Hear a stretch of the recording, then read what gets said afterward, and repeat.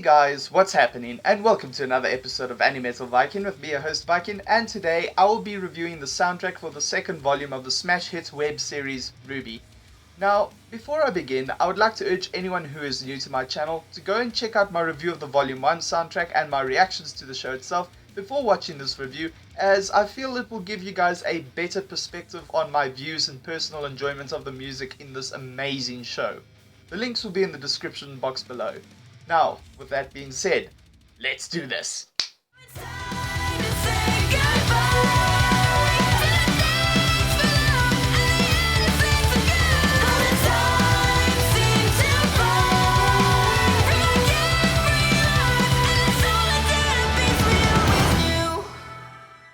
Once again, Jeff Williams and his daughter Casey Lee Williams are both the brains and the focus of the music in this soundtrack.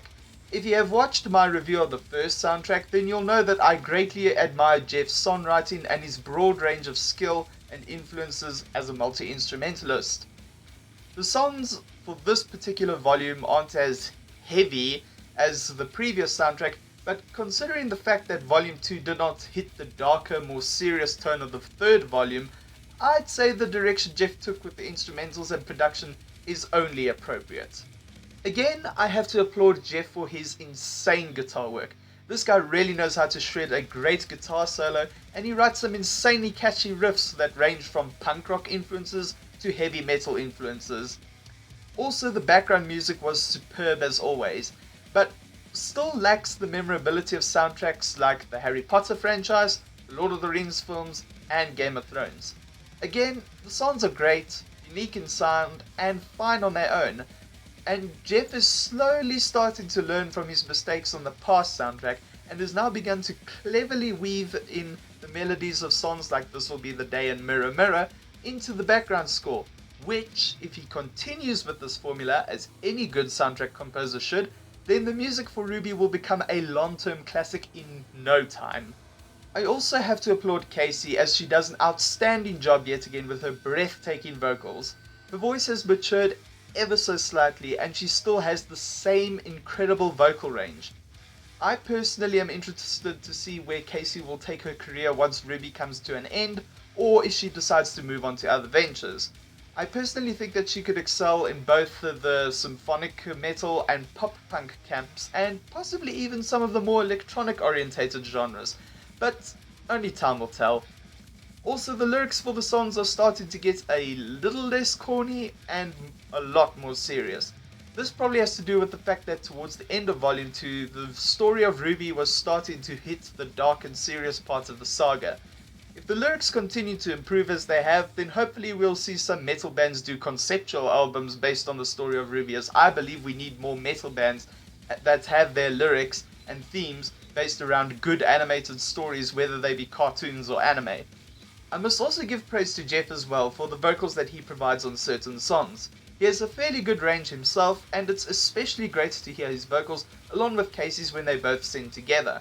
Also, Lamar Hall provides a few more rapping parts, which is something I always welcome, as his rhyming usually brings a little bit more badassery and lightheartedness in comparison to some of the more darker lyrics in certain songs. The production for this album definitely took a less heavy and more easy on the ears approach. That's not to say the previous soundtrack isn't appealing to non-rock metal fans. I mean, it beat the soundtrack for the Hunger Games after all.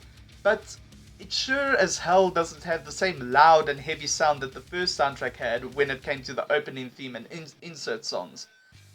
The background music production hasn't changed, so there's nothing really to say in that department. But for web series, I'm surprised at how good the production is for both the Volume 1 and Volume 2 soundtracks. Even the remixes have good production. If there's one thing I would like to see happen in a future volume of RWBY, it would have to be either a remix of one of the songs or a collaboration for a totally new song with Zardonic. For those of you who don't know who Zardonic is, let's just say that he is a DJ who is able to blend hardcore drum and bass music with industrial, black, and death metal sounds, and he has done amazing remixes of bands such as Nine Inch Nails, Blue Stahli, Cell Dweller, Samara, Nirvana, and Night Rage.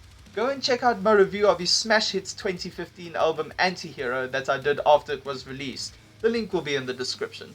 So, with everything taken into consideration, who will enjoy this album? Well, Jeff Williams may appear to be a rocker at heart, but he certainly has proven that his taste in music and influences stretch far beyond that of most musicians, and the fact that he is a multi-instrumentalist only proves this more. I believe most music lovers will love this soundtrack, as there is something in it for everyone regardless of their taste in music. With that being said, I would have to give this album a rating of 9.3 out of 10. I personally didn't enjoy the soundtrack as much as the first one, but it's still an album worthy of this rating.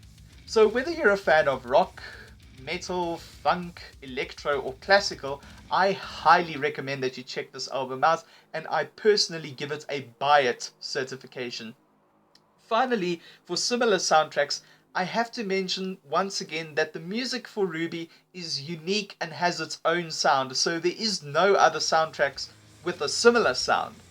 But I can recommend other soundtracks that follow the same route as the RWBY soundtracks in being unique. The first is the original Berserk soundtrack from 1997, as Susumu Hirasawa's music is truly unique and also contains a wide variety of influences. And the second being the soundtrack for Fooly Cooly, if you're looking for some unique sounding alternative and post-rock sounding music. The soundtrack was released on 4 December 2014 with a total of 23 tracks and a running time of 1 hour, 55 minutes and 45 seconds, and is available via Rooster Teeth Productions on iTunes. And that concludes this review for today, guys. What are your thoughts on the Volume 2 soundtrack? Let me know in the comments below. Also, don't forget to give this video a thumbs up, subscribe if you haven't already done so, and share it with your friends. Finally, guys, do not forget to follow me on Facebook, Twitter, and DeviantArt for updates regarding the channel, news, and more awesome stuff. I'm Viking, and until next time, have a kick-ass day.